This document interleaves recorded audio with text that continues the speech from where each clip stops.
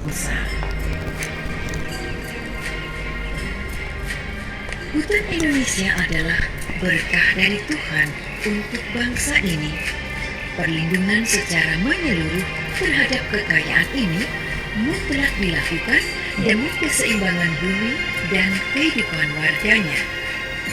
Menjaganya untuk Indonesia Raya tetap jaya sentosa. Selamatkan hutan, selamatkan 100% Indonesia.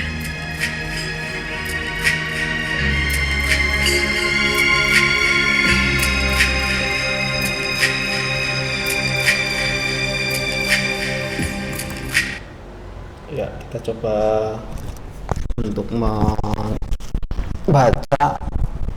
bila pohon terakhir telah ditebang,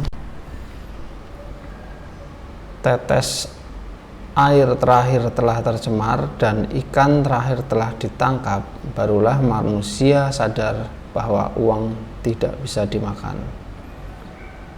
Ini ungkapan dari suku Indian Sri ya.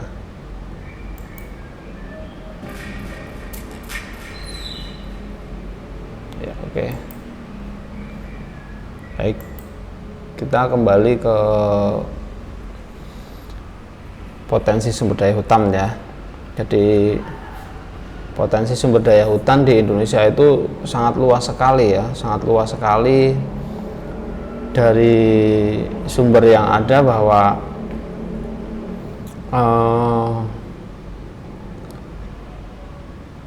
tersebar di beberapa wilayah, yaitu Papua, Kalimantan, Sulawesi, dan Sumatera ya.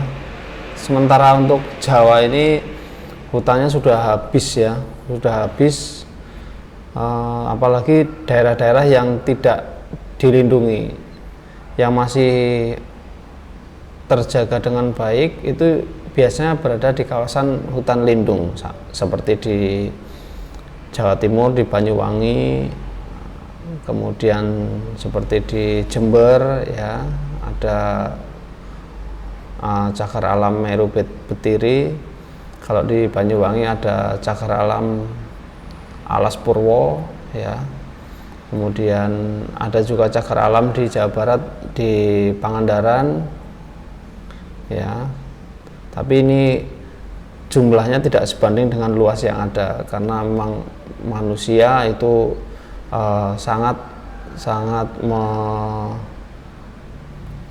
mementingkan ekonomi, sehingga sumber daya yang ada digunakan, dieksploitasi, bahkan secara tidak bertanggung jawab oleh manusia.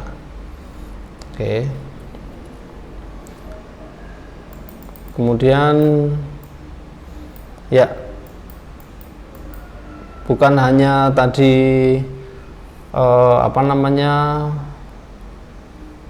hutan saja ya, pohon-pohonan, tapi di sana juga habitat-habitat yang ada, yaitu ada hewan-hewan ya, baik itu spesies burung, spesies rusa, gajah, terus spesies-spesies harimau, orang hutan, kera ya. Itu mereka sangat menggantungkan sekali kehidupannya pada hutan ya. Kita bisa bayangkan kalau hutan itu adalah rumah bagi mereka. Kembalikan ke kita ya, kalau rumah kita itu rusak, ataupun bisa berarti rusak karena dengan sendirinya atau rusak karena bencana, pasti kita akan kesulitan untuk mendapatkan tempat tinggal ya. Kita mau tinggal di mana kalau rumah kita itu rusak? Sama juga seperti mereka ya, spesies yang sangat menggantungkan terhadap hutan. Kalau hutannya rusak, dia akan kabur, punah, dan ditangkap orang ya. Kalian pasti tahu bahwa banyak harimau yang berkeliaran di perkampungan, ataupun orang hutan yang merusak lahan kelapa sawit.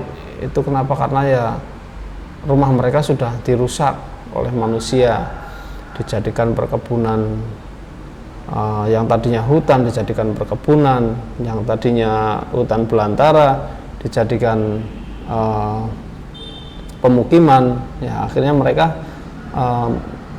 menyebar kemana-mana karena tempat yang menjadi makanannya itu sudah tidak ada lagi. Ya, akhirnya mereka yang disalahkan, padahal itu manusia yang merusak. Ya, mereka yang disalahkan. Gitu ya.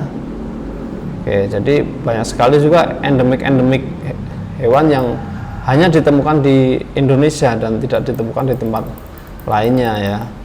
Ini contohnya ya, ini adalah burung maleo. Burung maleo ini hanya ada di Sulawesi ya. Dia hanya hidup, tinggal dan ada di Sulawesi. Ini burung maleo. Oke. Lanjut. Ya. Ada beberapa jenis kayu ya, banyak sekali nih, setidaknya ada 4.000-an jenis kayu. Ya. Nah, kayu jenis-jenis tersebut tentunya punya ekonomi yang tinggi. Kita bisa bayangkan ya, kalau dulu di Jawa itu sebelum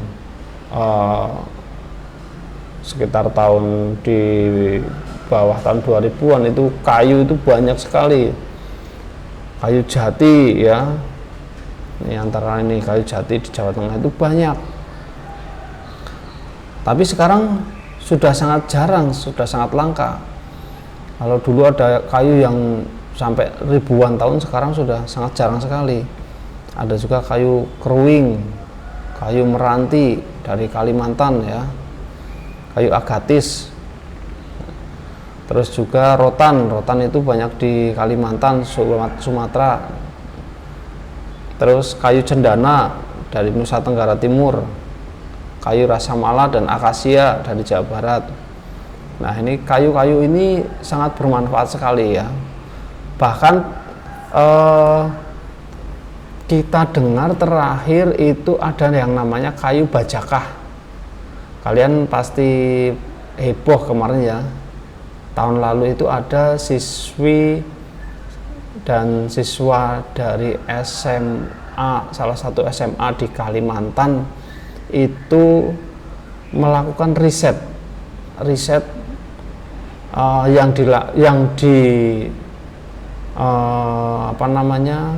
yang pernah menjadi pengalaman keluarganya.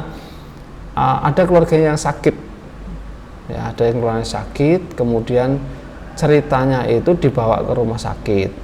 Sampai rumah sakit dinyatakan bahwa ini adalah kanker ganas yang sudah, maaf ya, itu sudah bernanah ya, salah satu bagian tubuhnya sudah bernanah. Kemudian karena rumah sakit harus minta untuk dioperasi, kemudian dia pulang karena tidak punya biaya, kembali ke rumahnya di pedalaman Kalimantan. Nah, jadi singkat cerita seperti itu ya, yang saya tangkap di waktu itu salah satu media di televisi. Kemudian